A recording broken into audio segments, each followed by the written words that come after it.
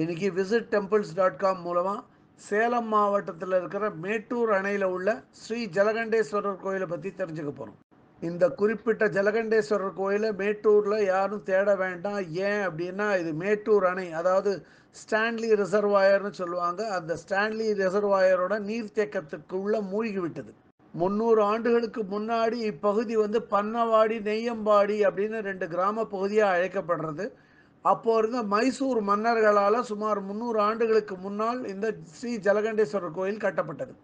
1934 ஆங்கிலேயர்கள் இந்த அணையை கட்டும்போது இந்த ஜலகண்டேஸ்வரர் கோயிலையோ அதுக்கு பக்கத்தில் இருக்கிற ஃபாதர் ஆண்டனி அப்படிங்கிறவர் கட்டின ஒரு சர்ச்சையோ இடிக்கலை.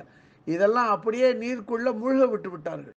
அந்த காலத்தில் இந்த பண்ணவாடி, நெய்யம்பாடி கிராமத்தில் இருந்த மக்கள்லாம் இடம்பெயர்ந்து Keelmettur, Salem camp, Mettur dam RS பகுதி, புதுசாம்பள்ளி, தங்கமாபுரிப்பட்டினம், கருமலைக்கூடல், தேங்கல்பாறை இந்த பகுதிகளெல்லாம் இடம்பெயர்ந்தார்கள்.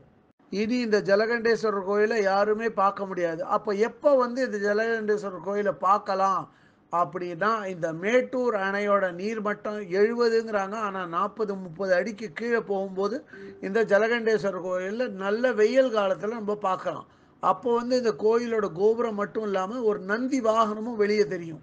அப்போ யார் இந்த கோயிலை அடிக்கடி பார்க்கலாம், ரொம்ப அதிர்ஷ்டசாலிங்க அப்படின்னா, இந்த உள்ளூர் மக்கள் மட்டுமின்றி அந்த காலத்தில் இந்த மேட்டூர் பிஎட்எல் ஆளுகள்லாம் சேலம் கேம்ப் அப்படிங்கிற ஒரு பகுதியில் குடியிருந்தாங்க. அதே மாதிரி இந்த சேலம் கேம்ப்லேருந்து மேட்டூர் ஆர்எஸ்க்கு போகிற Vaitheeswara high school, Vaitheeswara oriental high school மாணவர்கள் அடிக்கடி இதை பார்க்கலாம் வெயில் காலத்தில்.